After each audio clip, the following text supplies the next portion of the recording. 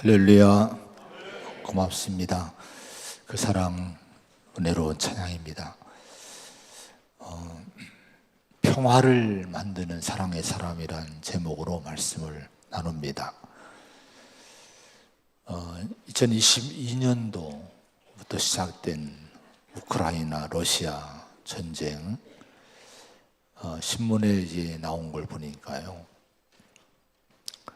올 봄까지 양국군 사상자가 200만 명에 육박할 것이라고 이렇게 얘기를 합니다.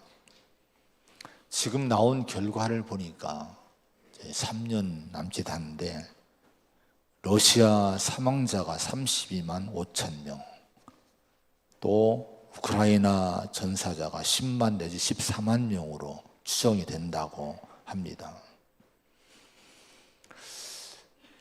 빨리 전쟁이 끝내야 될 터인데 너무 안타까워요. 젊은이들이 이 헛된 전쟁 때문에 얼마나 많이 죽습니까? 전쟁은 두렵고 무서운 거죠.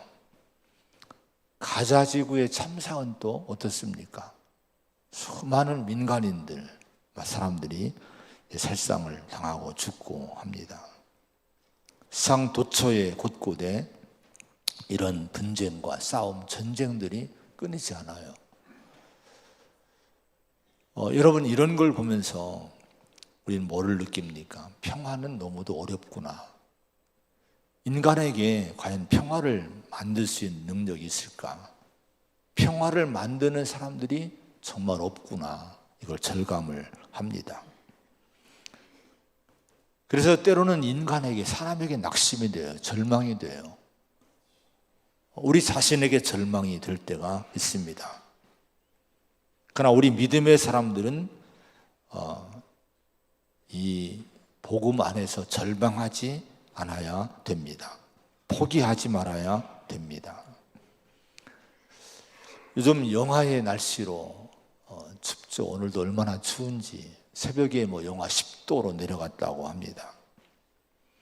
강추위가 기승을 부리는 이 며칠을, 또 몇 주간을 보내고 있는데, 지난주 4일이 무슨 달인지 아십니까? 지난주 4일이 입춘입니다. 입춘이 뭐예요? 봄으로 들어온 거예요. 날씨는 추운데, 영하로 얼어붙어 있는데, 그런데 절기의 절기를 보면 이미 봄은 시작이 됐다고 얘기를 해줍니다. 여러분, 지금 보이는 현상 때문에 낙심하지 않아야 됩니다. 추위 때문에 두려워하지 말아야 돼요. 이미 봄은 시작이 된 거예요. 정우승이란 분이 쓴 글에 보면은 길이 끝나는 곳에서도 길이 있다. 길이 끝나는 곳에서도 길이 되는 사람이 있다. 스스로 봄길이 되어 끝없이 걸어가는 사람이 있다라는 글이 있어요. 얼마나 멋있는 글입니까? 길이 끝났는데 길이 있대요. 길이 끝나는 곳에 길이 되어 되는 사람이 있대요. 스스로 봄길을 되어서 걸어가는 사람이 있다고 합니다. 저는 이 글을 읽을 때 우리 주님이 생각나요. 예수님이 생각납니다. 우리 예수님이 누구십니까? 길을 만드신 분입니다. 길이 되신 분입니다. 요한복음 14장 6절에 예수께서 이르시되 내가 곧 길이요 진리요 생명이니 나로 말미암지 않고는 아버지께로 올 자가 없느니라, 이렇게 말씀했습니다. 내가 길이요. 여러분, 주님이 길이 되십니다. 주님이 길을 여셨습니다. 길을 막고 길을 끊는 것은 성도의 일이 아니에요. 교회의 일이 아닙니다. 우리 안에 오신 예수님은 하나님을 향한, 이웃을 향한 길이 되신 분입니다. 성도는 그와 같이 우리도 길이 되어야 될 줄로 믿습니다. 길을 열어야 될 줄로 믿습니다. 진리가 되신 예수님이십니다. 믿음이 뭐예요? 예수님의 십자가 복음, 성경의 이 진리, 이런 진리를 기준으로 삼고 사는 것이 믿음입니다. 세상을 나가보면 수많은 지식들, 사상들, 많은 이념들, 이런 논리들이 여러분 얼마나 혼재합니까? 이런 걸로 인해서 이 복음의 진리가 훼손되지 말아야 돼요. 우리 믿음은 성경의 진리를 가지고 세상의 모든 이론들, 이런 생각들을 잘 분별하고 사는 것이 믿음인 거예요. 생명 되신 예수님이십니다. 사망을 이기고 영생을 확인하신 분, 부활하심으로 말미암아 영생을 우리에게 보여주신 분이 예수님이에요. 그분이 어디 계십니까? 우리 안에 오신 거예요. 우리 안에 오심으로 우리의 영생이 되신 분이 예수님이십니다. 자, 여러분, 스스로 길이 되신 예수님 안에서 우리는 믿음으로 말미암아 이 평화의 축복, 영생의 축복을 누리며 살게 되었는데, 예수님은 두 가지 축복을 주십니다. 하나님과의 평화의 축복을 주셔요. 에베소 2장 13절에 이제는 전에 멀리 있던 너희가 그리스도 예수 안에서 그리스도의 피로 가까워졌느니라. 누구와 멀리 있던 우리라는 겁니까? 하나님과 멀리 있던 우리라는 거예요. 그런데 이런 우리가 예수님 안에서 그의 피로 가까워지게 됐다는 거예요. 하나님과 평화를 이루게 됐다는 거예요. 우리 죄를 예수님의 보혈로 말미암아 씻긴 바 되어지고 우리에게 의인의 축복이 주어지고 이렇게 우리 모두는 믿음으로 하나님 앞에 나올 수 있게 된 거예요. 하나님을 누구라고 부릅니까? 따라 한번 같이 불러봅시다. 하나님, 아버지. 어떻게 하나님 여러분에게 아버지 됩니까? 근데 우리는 아버지라고 부를 수 있는 자격이 주어지는 거예요. 남이 아닙니다. 하나님과 우리와의 긴밀한 이 평화가 이루어지게 된 거예요. 누구 때문에? 예수님 때문에. 자, 이 예수님은 하나님과의 평화를 주시고 그 다음에 이웃과의 관계에 평화를 주신 분이 예수님이셨어요. 에베소 2장 14절에 그는 우리의 화평이신지라 둘로 하나를 만드사 이 둘로 자기 안에서 한 세 사람을 주고 화평하게 하시고 이런 말씀들이 쭉 나와요. 여기 둘이라는 것은 유대인과 헬라인들을 얘기해요. 이방인들을 얘기해요. 지금은 우리 모든 인간을 얘기합니다. 사람들은 뿔뿔이 흩어지고 깨지고 무너지고 늘 전쟁하고 싸우고 분열하는데 예수님이 오시면 예수와 함께하면 이게 하나 될 수 있다는 거예요. 이 평화의 은혜를 주시는 분이 예수님이심을 믿으시기 바랍니다. 이 은혜를 우리가 누리고 살아야 돼요. 마태복음 5장 9절에 보면은 화평하게 하는 자는 복이 있나니 그들이 하나님의 아들이라 일컬음을 받을 것이며 이렇게 말씀합니다. 화평하게 하는 자. 화평하게 하는 자라는 것은 평화를 만들기 위해 노력하는 자를 얘기합니다. 평화를 만들기 위해 노력하는 자, 힘쓰는 자. 하나님의 아들 예수님이 화평하게 하시는 분이 되시기 위해서 이 땅에 오셨는데 어떤 일을 하셨습니까? 그냥 예수님이 오심으로 하나님과 우리 사이가 화평하게 되나요? 사람과 사람 사이 화평이 이루어집니까? 그냥 이루어지지 않아요. 우리 예수님이 어떻게 하셨습니까? 이 땅에 겸손히 내려오신 거예요. 영광을 다 버린 거예요. 높음을 다 내려놓은 거예요. 다른 사람은 희생하고 내가 올라가는 것이 아니라 주님이 희생하신 거, 자기가 죽으신 거예요. 바로 이로 말미암아 이 예수님 안에서 하나님과 우리가 화평하게 하게 되었고 이웃과의 관계가 화평하게 된 거예요. 여러분, 화평하게 하는 사람은 바로 그런 사람이 되어야 될 줄로 믿습니다. 예수님처럼 해야 돼요. 내가 죽어야 돼요. 내가 희생해야 돼요. 내가 겸손해야 됩니다. 자, 성도는 우리가 하나님의 아들, 하나님의 자녀들이라고 이렇게 다 스스로 얘기해요. 나는 하나님의 자녀야. 나는 성도야. 자, 그런데 여러분, 우리가 하나님의 자녀가 됐는데 하나님의 자녀라고 해서 그냥 우리가 인정받을 수 있을까요? 자격증이 있습니까? 여러분 지갑에 보면 전부 운전면허증이 있고 주민등록증이 있어요. 회사에 사원증이 있을 거예요. 이걸 꺼내면 증명이 돼. 난 이 회사의 사원입니다. 이 나라의 국민입니다.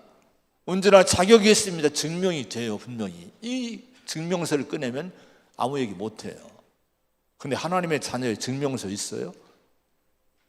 없어요. 하나님이 그런 증명서 교회에서도 끊어주지 않아요. 물론 뭐 다른 일을 위해서는, 연말 정사를 위해서는 끊어주지만은 신분을 보증하는 거 해주지 않습니다. 뭘로 우리가 증명할 수 있을까요? 화평하게 하는 자는 복이 있나니 그들이 하나님의 아들이라 일컬음을 받을 것이며. 화평하게 하는 자가, 평화를 위해 나를 희생하는 자가 하나님의 아들이라고 증명받을 수 있다는 거예요. 이게 증명서라는 거예요. 여러분 이 말씀을 꼭 우리 안에 붙드시기를 축원합니다. 그 영광스러운 하나님의 자녀의 이름이 우리의 삶에서 증거가 돼야 돼요. 이웃과의 관계, 이런 서로와의 관계 속에서 화평을 이룸으로 화평의 삶을 살아감으로 증명돼야 됩니다. 그래야 당신이 하나님의 아들이군요, 그대가 하나님의 자녀이군요, 이렇게 일컬음 받게 되는 거예요. 우리 교회는, 우리 성도는 그렇게 돼야 될 줄로 믿습니다. 오늘의 주제는 평화입니다. 화평입니다. 누가 화평을 만듭니까? 평화를 만듭니까? 지금까지 얘기한 것처럼 평화는 거저 주어지지 않아요. 예수님처럼 우리가 살아야만이 평화가 오게 되는데, 우리는 이 화평의 평화의 길을 만들고 평화의 길이 되는 사람이 되어야 됩니다. 오늘 이 다윗의 말씀, 오늘 본문의 말씀을 통해서 그 평화를 만드는 사람은 누구인가, 평화의 장애물은 누구인가를 우리가 함께 나누게 될 거예요. 먼저 관용과 용납의 사람이 평화의 길을 열게 됩니다. 20절의 말씀을 한번 같이 보겠습니다. 20절 같이 봉독합니다. 시작. 아브넬이 부하 20명과 더불어 헤브론에 이르러 다윗에게 나아가니 다윗이 이하여 잔치를 배설하였더라. 이런 얘기입니다. 아브넬이 나와요. 아브넬은 사울 밑에 있던 장군이죠. 지난주에 이 아브넬에 대해서 말씀을 잠깐 했는데, 사울왕의 아들 이스보셋을 왕으로 추대해서 자기가 권력을 잡고 있던 인물입니다. 이 아브넬이라는 사람 속에는 온갖 인간의 그 악함이, 욕망이, 교만이, 간교함이 다 이 들어있는 인물이 아브넬이에요. 이미 무너진 이 사울 왕가를 이제 이스보셋을, 사울의 넷째 아들을 왕으로 추대해서, 강제로 추대해서 왕권을, 형식을 만들어 놓고 자기가 권력을 잡고 있는 사람이 아브넬입니다. 통일 왕국 이스라엘을 이루기를 하나님이 간절히 원하는데, 이 통일 왕국을 자신의 욕심으로 자꾸 지연시킨 인물이 이 아브넬입니다. 더 나아가서 자기가 사울의 아들 이스보셋 왕을 제치고 왕이 되려는 야망을 드러냈어요. 사울의 첩을 이제 통관함으로 말미암아, 범함으로 말미암아, 이걸 통해서 내가 이 왕권을 가질 사람이다, 이걸 드러낸 사람이, 탐욕스러운 인물이 아브넬입니다. 욕심이 많았던 사람이에요. 사울왕의 오른팔이었고요. 다윗이 광야에서 10여 년 동안 도망 다닐 때에 이 추측하건대 이 아브넬은요, 가장 앞장서서 다윗을 죽이려고 힘썼던 인물이 아브넬이었을 거라고 봅니다. 왜냐하면 이 장군이었기 때문에, 사울왕 밑에 있던. 여러분, 무엇보다도 이 아브넬은요, 다윗을 향한 하나님의 뜻을 이미 다 알고 있었던 사람이에요. 한번 18절의 말씀을 한번 같이 한번 보겠습니다. 18절입니다. 시작. 이제 그대로 하라. 여호와께서 이미 다윗에 대하여 말씀하시기를 내가 내 종 다윗의 손으로 내 백성 이스라엘을 구원하여 블레셋 사람의 손과 모든 대적의 손에서 벗어나게 하리라 하셨음이니라 하고, 이게 아브넬이 이스라엘의 지도자들에게 한 얘기예요. 그들을 설득하고 다윗에게 항복하자고 설득하면서 한 얘기예요. 몽고한이 하나님이 다윗에게 이미 다 이 얘기를 약속했다는 거예요. 다윗에게 왕권을 주었다는 거예요. 이스라엘의 왕권을 주었다는 거예요. 하나님이. 이걸 이미 알고 있던 인물인데 그럼에도 불구하고 하나님의 뜻을 불순종하고 또 하나님이 세우시는 다윗을 계속 대적하고 반대하고 거절하고 그 왕위에 올라가는 것을 방해한 인물이 아브넬입니다. 여러분, 다윗에게 있어서 이 아브넬은요 정말 원수 같은 사람이에요. 근데 보세요, 다윗은 그런 아브넬을 어떻게 대합니까? 아까 읽었던 20절의 말씀 보면 그를 위해 잔치를 베푸는 거예요. 잔치. 아브넬을 받아줍니다. 잔치를 베풀어 환영을 해줍니다. 왜 그랬을까요? 마땅히 아브넬을 죽여야 되고 이를 거부해야 되는데요, 받아줍니다. 잔치를 베풀어줘요. 그 이유는 몽고하니 하나님이 원하신 평화의 나라, 이 통일 왕국을 이루기 위해서 자신을 대적했던 반대했던 이 극렬한 이 원수 같은 사람이지만 용서하고 그를 받아준 거예요. 이것이 관용인 거예요. 여러분, 관용, 올해 표어가 뭡니까? 주 안에서 있는 아름다운 사람. 누가 아름다운 사람입니까? 내면에 기쁨이 있을 때 내면이 아름다워요. 관용은 뭐를 아름답게 합니까? 세상을 아름답게 하는 거예요. 감사는 우리 일상의 삶을 아름답게 하는 거예요. 올해 이 기쁨과 관용과 여러분 감사를 많이 묵상하시기를 바랍니다. 여러분이 아름답게 서는 사람이 될 거예요. 다윗의 이 관용은 너무 아름다운 모습이지 않습니까? 다윗은 그런 나라를 꿈꿨던 거예요. 예수님이 꿈꾸던 나라도 그런 하나님 나라, 그런 나라였던 거예요. 우리 예수님이 누굽니까? 에베소 2장에 보면은 허물과 죄로 죽었던 너를 살리셨다고 말씀해요. 본질상 진노의 자녀, 육체의 욕심을 따라 마귀를 쫓던 이 인간들인데 그들을 향해 긍휼이 풍성하시고 사랑으로 그런 허물 많은 우리를 살리셨다는 거예요. 우리 주님이 이 땅에 오셔서 율법을 가지고 조목조목 돌아다니며 따지면서 율법을 가지고 처형하고 심판했다면 여러분, 하나님 나라가 이루어졌을까요? 그 나라에 들어갈 인물이 하나도 없을 거예요. 우리 주님은 자기가 죽으신 거예요. 우리 죄를 보시고 너 이 죄가 있냐? 내가 죽을게. 우리 모두의 죄를 위해서 주님이 대표로 죽으신 거예요. 그리고 우리를 살리신 거예요. 우리 하나님 나라 백성으로 삼으신 거예요. 이게 하나님 나라의 모습인 거예요. 여러분, 누가복음 15장에 보면은 돌아온 탕자의 비유가 나옵니다. 거기에 그 허랑방탕하고 재산을 허비한 그 둘째 아들이 나중에 거지가 되어 돌아와요. 자, 이 거지가 되어 돌아오는데 아버지가 그 모습 보고 멀리서 보고요, 측은히 여기 달려가서 이 아들을 영접해 줍니다. 환영해 줍니다. 안아줍니다.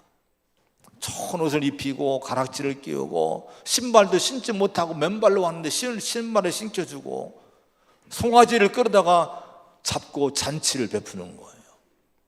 이게 하나님의 마음입니다. 아브넬을 환영했던, 아브넬을 위해 잔치를 베풀었던 이 다윗이 하나님의 마음을 가진 거예요. 그런 마음을 갖고 있던, 이 아버지의 마음을 갖고 있던 사람이 다윗인 거예요. 그런데 여기에 그 탕자의 비유는 형이 등장합니다. 형은 성실했어요. 일도 열심히 하고 집을 지킨 인물이에요. 근데 밭에서 일하고 돌아와 보니까 집에 잔치가 벌어진 거예요. 무슨 일인가 알아보니까 동생이 도망갔던 재산 가지고 허비에 다 허랑방탕한 동생이 돌아왔는데 거지가 돼 돌아왔는데 아버지가 그를 위해 송아지 잡고 잔치를 베풀어 주고 있다고, 이런 얘기를 종이 나와서 하는 거예요. 이 얘기를 듣고 막 분노합니다. 화를 내면 집에 들어가지도 않아요. 그 아버지가 나와서, 야, 들어가, 동생 왔지 않냐? 동생 왔어. 죽었다가 살아서 돌아왔지 않느냐? 근데 막 따지는 거예요. 아버지, 내가 여러 해 동안 아버지 섬겨 명을 어김이 없는데 내게는 염소 새끼라도 주어 즐기게 한 일 있어요? 염소 한 마리 주지도 않고 타랑방탕했던 저 그지가 된 이 동생을 위해서는 송아지를 잡습니까? 따지면서 분노합니다. 이 사람이 오늘 본문에 나오는 누구 같은 사람, 누가 이런 사람을 닮았는 거 아니? 요압이 그런 인물이었대. 요압은 다윗의 조카이면서도 누이의 아들이에요. 근데 장군입니다. 오른팔 같은 장군입니다. 근데 이 요압이요, 이 형 같은 인물이에요. 아브넬을 받아주지 않는 거예요. 항복하고 돌아온 아브넬을 영접해 주지 않는 거예요. 다윗은 영접해 주고 환영해 줬는데 요압은 환영해 주지 않습니다. 결국은요, 어떡합니까? 27절 말씀 한번 한 절만 보겠습니다. 27절 시작. 아브넬이 헤브론으로 돌아오매 요압이 더불어 조용히 말하는 듯이 그를 데리고 성문 안으로 들어가 거기서 배를 찔러 죽이니 이는 자기의 동생 아사엘의 피로 말미암음이더라. 죽여요. 결국은요, 다윗은 환영해 줬는데 요압은 그를 죽이는 거예요. 요압은요, 능력 있는 인물이었어요. 성실한 인물이었어요. 다 겸비한 인물이었는데 뭐가 없었는 거야? 용납하는 마음, 관용하는 마음이 없었던 거예요. 아버지의 마음이 없었던 거예요. 다윗의 마음을 헤아리지 못한 거예요. 이런 요압 때문에 이스라엘은 다시 큰 혼란으로, 분란의 그런 분열의 위기에 빠지게 됩니다. 여러분이 꿈꾸는 가정은 어떤 가정입니까? 여러분의 꿈꾸는 교회는, 우리가 꿈꾸는 교회는 어떤 교회입니까? 우리가 꿈꾸는, 소망하는 이 나라, 이 사회는 어떤 사회입니까? 평화지 않습니까? 자, 여러분, 이 평화를 우리가 간절히 원하는데, 근데 여러분, 평화는 거저오는 것이 아닌 거예요. 이 평화의 꿈이 이루어지기 위해서는요, 그런 가정과 교회와 그런 이 나라와 이 사회를 후손들에게 물려주기를 원한다면요, 우리 자신이 이 시대에 누가 돼야 됩니까? 요압이 되면 안 된다는 거예요. 다윗이 돼야 되는 거예요. 예수님이 돼야 될 줄로 믿습니다. 화평하게 하는 사람이 돼야 되는 거예요. 아브넬 같은 사람이 얼마나 여러분 깔려 있습니까? 나를 대적하고 반대하는 인물들, 여러분 가정에서도 때로는 내 아내가, 내 남편이, 내 자식이, 부모가, 형제가 나를 반대하잖아요. 교회에서도 여러분 믿음의 사람이지만 왠지 여러분 자꾸 아브넬 같은 사람이 있잖아요. 물론 사회는 물론이고요. 그런데 그걸 다 여러분 우리가 율법으로 다 그들을 심판하고 쳐내보세요. 남을 사람 아무도 없어요. 우리가 다윗처럼 받아주는 거예요. 하나님의 아버지 마음으로 받아주는, 용납해 주는 거예요. 관용해야 될 줄로 믿습니다.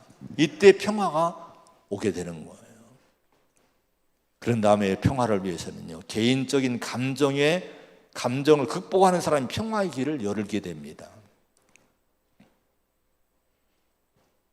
25절에 보면은 요압이 이렇게 얘기해요. 왕도 아시려니와 넬의 아들 아브넬이 온 것은 왕을 속인 것이다.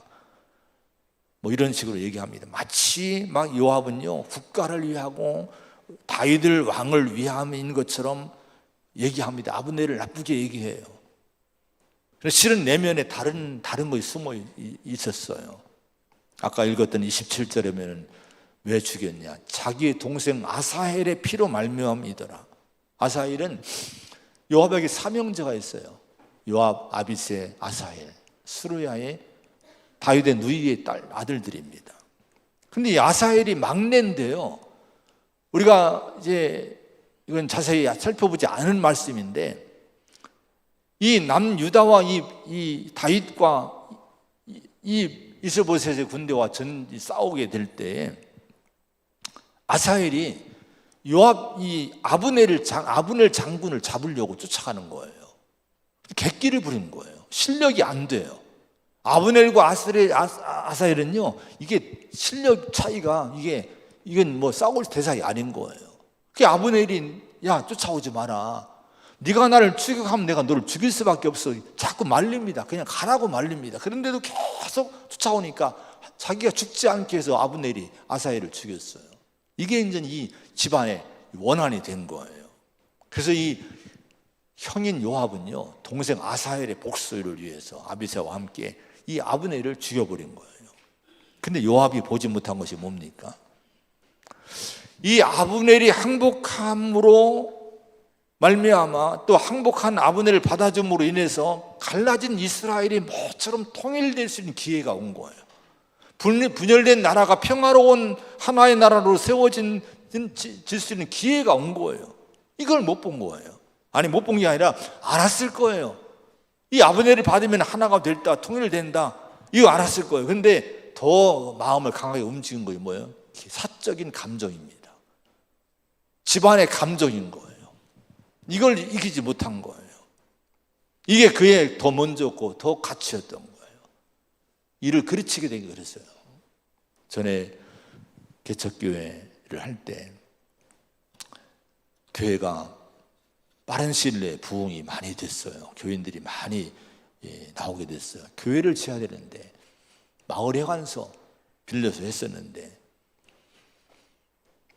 어느 노인 권사님이 땅을 언덕 위에 좋은 위치가 있어요. 거기에 땅을 주시겠다고 해서 너무 기대가 컸는데 그 즈음에 우리 다른 권사님 남편이 교회를 나왔어요. 근데 그분이 나오기 시작하기부터 그 땅을 희사하기로 하는 권사님 마음이 변하는 거예요. 목사님, 나 이 땅 못 주겠네요.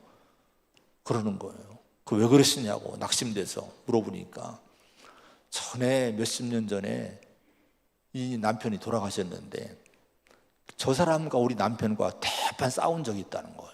그것도 몇 년 전이야, 몇십 년 전에. 근데 이분이 우리 남편이 그렇게 욕을 해댔대요. 근데 문제는 지금 자기 남편이 묻혀있는 그 땅에 교회를 지려고 했는데, 땅을 희사하려고 했는데, 그렇게 교회를 지면 자기 남편이 묻혀있는 이 땅에 저 사람이 와서 밟을 거 아니냐 이거예요. 나 이 땅 못 주겠다는 거예요. 어떻게 했을까요? 결국 거기다 못 줬어요. 그리고 그분이 실은 좋은 분이에요. 권사님이 참 훌륭한 분이에요. 노인이지만은 다른 데 대토로 저 밑에 있는 다른 땅을 좀 못한 땅이죠. 그쪽에다 교회를 짓게 된 적이 있습니다. 근데 제가 너무 아쉬운 게 지금 평생 잊지 못하는 거예요. 이분이 일생 평생 동안 신앙생활하면서 하나님의 사랑, 하나님의 긍휼, 하나님의 용서, 십자가의 은혜, 이 말씀을 늘 들으면서 수천 수만 번 아멘 아멘 아멘 하고 이분이 살아오신 분이에요. 근데 정작 여러분 그렇게 아멘하며 살아하셨지만은 몇십 년 전 남편에게 한 번 욕을 한 것을 용서하지 못했던 거예요. 그 용서를 풀지 못한 거예요. 이게 너무 아쉬운 거예요. 요압에게 지금 그런 마음이 지금 남아있는 거예요. 왜 하나님의 나라의 평화, 화목과 화평이 우리 사회에, 가정에, 공동체 이 사회에 나타나지 않을까? 자꾸 사람들이 요압 같은 마음을 품고 살기 때문에 그런 거예요. 개인의 감정을 못 푸는 거예요. 우리 기독교인들이 세상과 뭐 다를까? 여러분, 지난주에 무명 영화 관람을 우리가 했잖아요. 태안 장로교에서. 일제 때 일본인 선교사들이 와서 우리나라를 복음을 위해서 희생한 이 과정을 이제 다큐멘터리로 만든 거예요. 얼마나 은혜롭습니까? 근데 그걸 보고 나오는데 저 뒤에서 교인들이 나오는데 제가 쳐다보지 않아서 우리 교회 교인이 아니기를 저는 바라요. 남자분이 이렇게 얘기하는 거예요. 이 얘기가 딱 들렸어요. 외놈들, 그런 거, 외놈들. 아니, 그렇게 우리나라를 위해서 그 희생한 그 선교사들의 영화를 보고 와서 나오면서 외놈들하고 나오는 그 마음은 도대체 뭔지 마음이 씁쓸했어요. 여러분, 일본인들이 조센징 할 때 그분들 믿음의 사람들은 우리나라 미안한 마음으로, 죄송한 마음으로, 회개한 마음으로 이 나라에 건너와서 복음을 전하면서 형제요, 자매요라고 불러준 분들이 있었던 거예요. 그럼 우리도 믿음의 사람이라면 아무리 역사적으로 미운 일이 있어도 우리는 그렇게 하면 안 되거든요. 우리가 구원할, 전도할 대상자들인 거예요. 형제인 거예요. 자매인 거예요. 우리는 종종 왜 여러분 이런 고통에, 이런 오류에 빠집니까?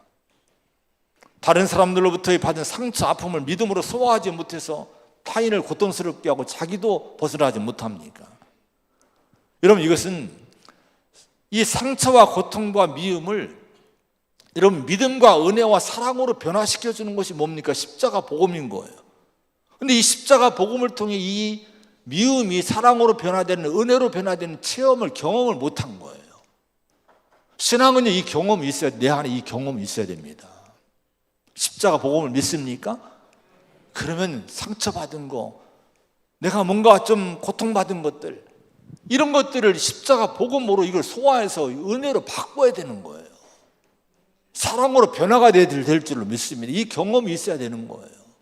이게 은혜인 거예요. 이게 없기 때문에 자꾸 나는 매여 있는 거예요. 옛날에 그 상처에 매여 있는, 요압처럼 매여 있는 거예요.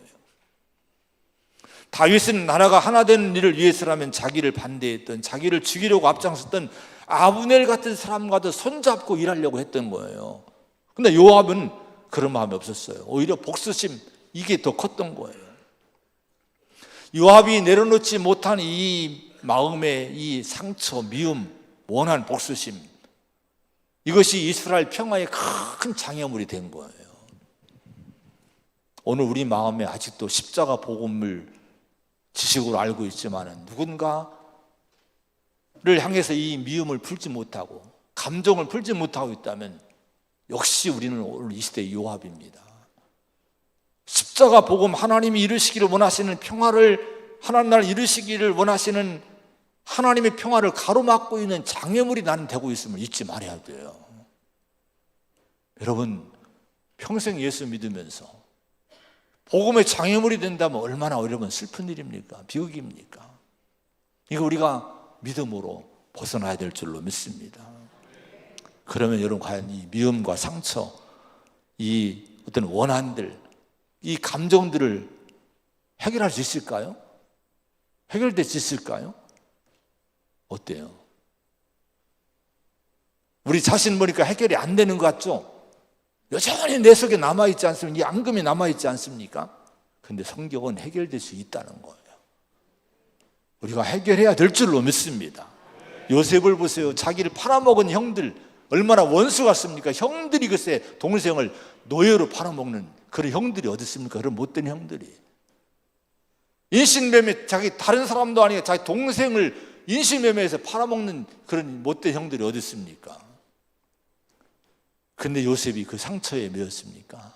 나중에 총리가 되고 그 동생 형들을 향해서 이렇게 얘기합니다. 아버지가 죽고 두려워하니까 걱정하지 말라고. 하나님은, 당신들은 우리 나를 해하려고 했지만 하나님은 그걸 선으로 바꾸사 오늘같이 많은 백성의 백성명을 구원하게 하려 하셨다. 두려워하지 말라고. 내가 당신들과 당신들의 자녀를 내가 길러주겠다. 보호해주겠다. 이렇게 약속하고 위로해 줍니다. 요셉은 상처를 극복한 사람이에요. 어떻게 극복했을까요? 형들이 자기에게 행한 그 나쁜 일에 매이지 않았어요. 하나님이 하신 일을 주목한 거예요. 형들이 해를 끼쳤지만 하나님이 그 해를 끼친 그걸 선하게 변화시켜서 오히려 더 선한 길로 만드셔서 자기를 이집트로 가게 하고 이집트의 총리가 되게 하신 거예요. 이걸 보니까 하나님이 살아계신 거예요. 여러분, 환경이나 세상을 통한 고난이든 사람을 통한 고난이든 그것으로 내 인생이 결정되는 것이 아니에요. 여러분, 절대로 여기에 우리가 그것 때문에 내가 상처받고 두려워하거나 미워하지 마시기 바랍니다. 하나님은요, 아무리 세상이 나를 미워해도 선으로 바꿔주실 분인 거예요. 이걸 믿으셔야 됩니다. 하나님 주권을 믿어야 되는 거예요. 야곱이 20년 만에 고향으로 돌아오는데 형이 에서가 미움을 풀지 못하고 400명의 군대를 끌고 야곱을 향해 쫓아 나온다고 소식이 들려왔어요. 야곱이 막 두려워합니다. 야복강에서 기도하며 밤새도록 기도합니다. 하나님 축복하지 하지만 안 된다고, 길이 없다고. 도망갈 수도 없고요, 여러분. 이제 다윗이 이 야곱이 형을 에서를 만나러 이제 한두 바가 부러졌으니까 쩔뚝거리면서 계속 몸을 굽히고 절하면서 에서를 향해 나갑니다. 근데요, 놀라운 일이 벌어져요. 에서가 그렇게 기세 등등하게 달려오던 에서가요, 말에서 내려서 이 야곱을 맞이해주고 끌어안고 그리고 엉엉 우는 거예요. 야곱을 죽이려고 했던 이 미움을 20년 동안 풀지 못했던 이 에서의 마음이 확 풀어집니다. 왜 그랬을까요? 하나님 풀어준 줄로 믿습니다. 기도하니까. 여러분, 누군가의 관계가 힘듭니까? 그 상처가 정말 죽을 것 같습니까? 여러분, 그러면 그걸 위해서 여러분 기도하셨습니까? 나도 같이 미워야지. 정말 이 야곱처럼 밤새워 기도하는, 목숨 걸 기도하는 기도가 있어야 되는 거예요. 하나님이 여러분 우리 마음을 움직이는 분이십니다. 나를 지켜주고 그 사람을 지켜주는 거예요. 기도하면 풀 수 있는 거예요. 여러분 기도하세요. 미움에 붙잡혀 있지 말고, 미움이 있으면 믿음이 여러분 사라질 때까지 우리가 정말 하나님 어쩌라 붙들고 기도하는 거예요.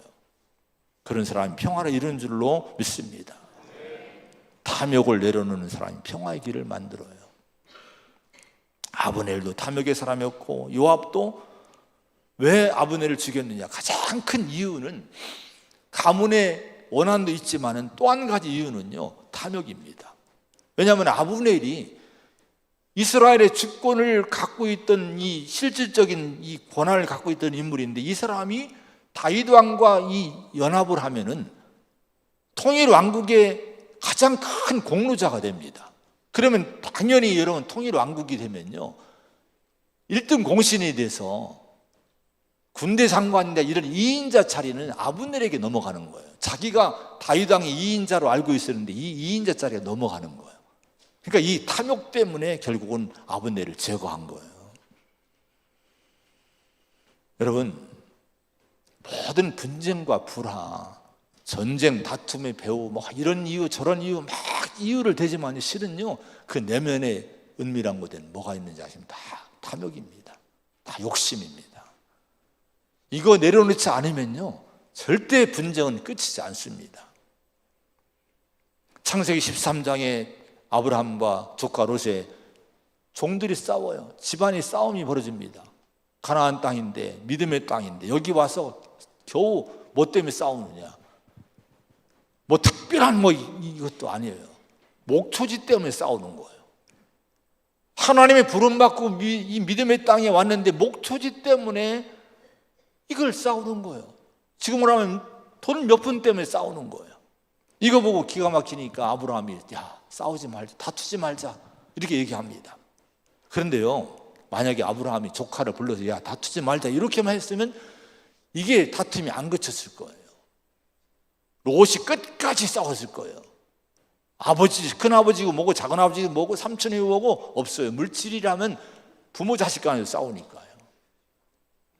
근데 이 분쟁이 그칩니다. 왜 그런지 아십니까? 아브라함이 욕심을 내려놓는 거예요.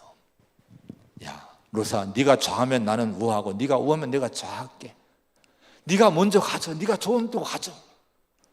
그럼 자기 권리를 포기합니다. 자기 권리를 포기한 순간부터 이 싸움은 다 그쳐지게 된 거예요.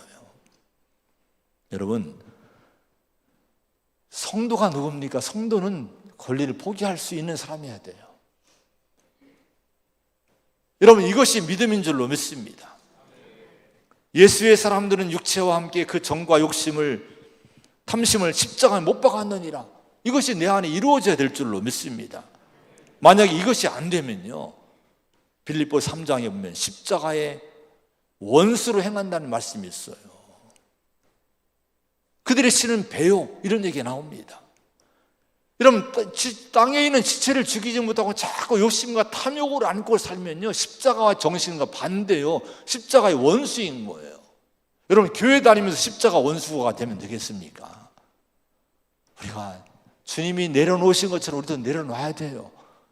포기해야 됩니다. 버릴 걸 버리고 내가 좀 양보할 걸 양보해야 돼요.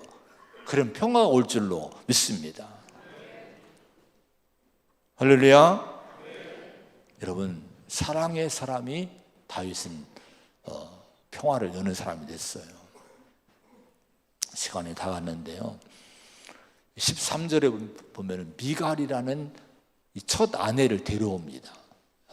이스보셋에게, 아브넬에게 미갈을 보내라고 합니다. 이 몽고하니 사울 왕의 딸인 미갈이 다윗을 사랑했어요. 몇 번 나와요. 다윗도 이 미갈을 좋아해서, 그래서 이제 이 아내를 삼고 결혼하게 됩니다. 결혼할 때 그냥 결혼한 게 아니라 블레셋 사람들의 양피를 100명을 배워오라고 그럼 주겠다고 사울 왕이 함정을 팠어요. 블레셋 사람에게 죽게 하려고. 근데 다윗이 누굽니까? 블레셋 사람 200명을 처리해서 그들의 생명을 희생시키고 미갈을 아내로 맞이한 거예요. 근데 다윗이 도망 다닐 때에 이 미갈을 사울 왕이 발디엘이라고, 발디라는 사람에게 줘버립니다. 억지로 줘버린 거예요. 이 첫 아내 미갈을 잊지 못한 다윗이 기회가 되니까 그 미갈을 보내라 이렇게 얘기합니다. 찾아오는 거예요. 저는 그 글을 읽으면서, 이 성경 말씀 읽으면서, 다윗은 누군가 사랑을 포기하지 않는 사람이구나. 사랑을 버리지 않구나. 끝까지 책임지는구나. 사랑을 회복하는 사람을 할 줄 아는 사람이구나. 이걸 봤어요. 우리 주님이 여러분을 포기합니까? 하나님 우리를 포기하셨습니까? 포기하지 않으셨어요. 그 하나님의 사랑 때문에 우리가 평화를 이루게 된 줄로 믿습니다. 우리도 다윗처럼 사랑의 사람이 되고 예수님처럼 사랑을 포기하지 마세요. 사랑을 포기하면은 여러분 평화가 깨집니다. 그러나 사랑을 포기하지 않으면 사랑의 사람이 될 수 있는 거예요. 우리 안에 십자가 복음이 있지 않습니까? 이 사랑을 가지고 여러분 관용과 용납, 또 내 상처를 이기고 탐욕을 내려놓는 가운데 평화의 사람으로 저와 여러분 모두가 이 땅에서 쓰임받는 은혜가 있기를 축원을 드립니다.